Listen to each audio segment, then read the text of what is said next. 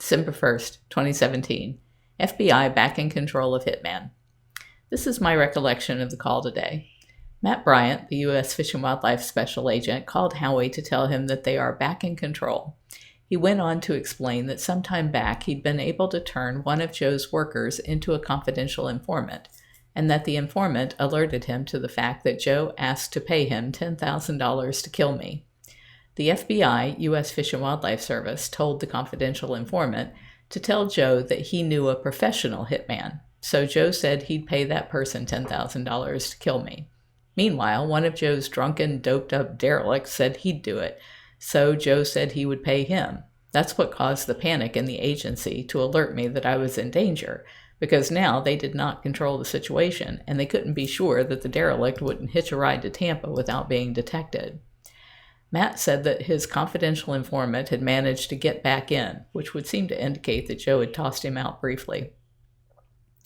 The confidential informant said that he was able to convince Joe that hiring the derelict was just going to get him caught, and that he really needed to hire the professional undercover agent.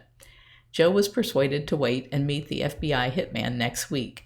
Matt said they have a couple of things to fall into place for an arrest and indictments. Joe has to actually give some money to the hitman in advance. Joe has to pay for a ticket across state lines or provide travel for it to warrant a federal crime. The good news is that I don't have to worry about a real hitman looking for me unless Joe decides to shop for a better deal.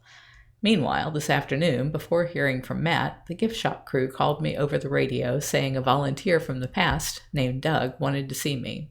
Doug's name came up in Dawn's disappearance documentation because he, Sandy Whitcop, and Susan Aronoff were usually the people around whenever we needed a notary and 2 witnesses. If Joe wanted to lure me out into the path of a bullet or a knife, he might well use such a ploy to send in someone saying that they were this long-lost volunteer who had been so beloved.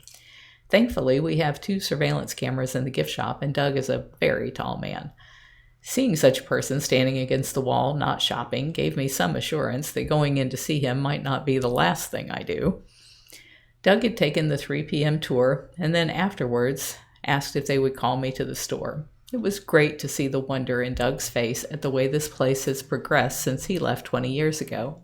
I told Doug that I think of him often in the context of tours, because he was the first person to say, "You could charge people to come here."